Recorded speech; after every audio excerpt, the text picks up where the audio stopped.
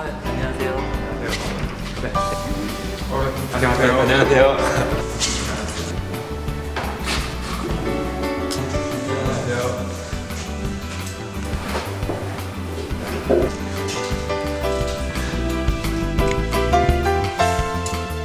네, 안녕하세요. 저는 시작하세요 플래시 안드로이드 프로그래밍이라는 책의 저자인 김웅이라고 합니다. 네, 안녕하세요. 저는 안드로이드 pub.com 운영하고 있는 박성서라고 합니다. 안녕하세요. 저는 네오이즈 인터넷에서 안드로이드 개발을 하고 있는 강준건이라고 합니다. 우선 저부터 한번 말씀을 드리면요. 저는 5인치 제품이면은 이 제품이 갖는 어떤 방향성이 있다고 생각이 듭니다. 그래서 이 제품이 과연 어떤 용도로 사용이 될 것이냐. 그래서 제가 볼 때는 5인치 정도의 크기면은 일단 일반적인 업무용이나 뭐 가족들이 함께 사용하는 이런 용도보다는 지극히 개인적인 용도가 될 거라고 생각이 들거든요.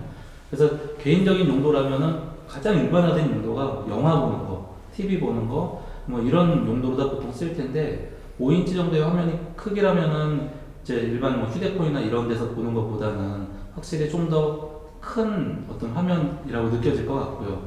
5인치가 아직 이렇게 많이 범용적이지는 많이 나와 있지는 않잖아요, 제품이. 그러다 보니까 이제 사용자들이 4인치 쓰던 사람들이 조금 더 넓으면 좋겠다. 7인치 쓰던 사람들이 조금 더 작아서 갖고 다니기 편하면 좋겠다. 아마 이런 수요층을 좀 만족할 수 있지 않을까 그런 생각이 듭니다. 근데 제가 생각하기에는 이게 좀 사람마다 개인차가 상당히 큰 사이즈인 것 같아요. 전통적으로 7인치 아니면 4인치가 많이 주류를 잃었던 이유도 사실 7인치 영역과 4인치 영역에서 5인치 영역이 조금 애매하지 않았나 지금까지는. 거꾸로 생각하면 사실 3.5인치, 4인치 제품이 스마트폰에 주로 사용을 하고 있는데 그런 특히 저 같은 경우는 3.5인치 폰을 쓰고 있는데 사실 크기가 좀 작거든요. 5인치 같은 경우에는 그래도 주머니에 들어가기도 하고 하기 때문에 어떻게 보면 약간씩 조금씩 양쪽에서 못 맞춰주는 걸 하나로 합쳐줄 수 있는, 예를 들어서 내가 3.5인치랑 7인치 완전히 다른 영역이지만은 그 두 개를 조금씩 같이 할 수 있는 정도의 크기가 아닐까라는 생각을 좀 해봅니다.